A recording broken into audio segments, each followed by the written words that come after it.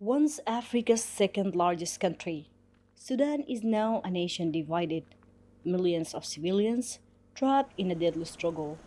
The war between the Sudanese military and the rapid support forces has turned bustling Khartoum into a ghost city. What began as a political feud has spiraled into one of the world's worst humanitarian crises. Health, education, and the economy have all but collapsed. من قبل الجنجويد.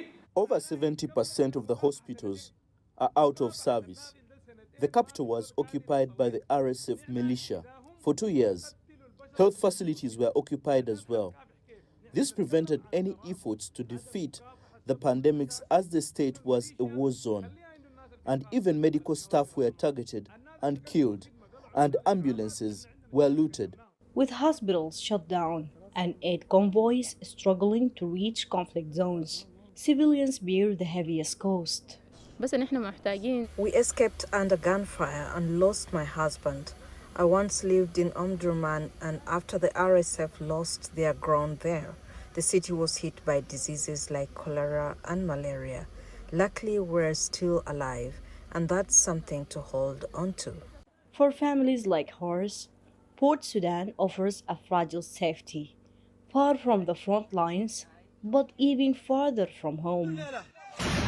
In Darfur, history is repeating itself. Fresh reports of atrocities echo the horrors of 20 years ago. The RSF tightened its grip on the region in late October and faces accusations of genocide, ethnic cleansing, and sexual violence. Peace efforts led by the US have so far made little progress. What happened in El Fasher is part of what has been happening there for many years. RSF has always been genociders and a tool in the hands of genociders and their supporters. Non-Arab tribes are targeted as the RSF is implementing a demographic change. It is a systematic horror we saw in many regions in Sudan during April's war. International aid agencies are struggling to meet the growing humanitarian needs. Our assessments show that everyone is hungry in Al Fasher, and 1 in 4 people face extreme hunger. WFP has warned that many families trapped in Al Fasher are on the brink of starvation. UN-backed analysis has confirmed famine in parts of South Kordofan and North Darfur. But amid despair, ordinary Sudanese are showing remarkable resilience. Across the country, young volunteers and community groups are stepping up, organizing food drives, sharing supplies, and keeping hope alive.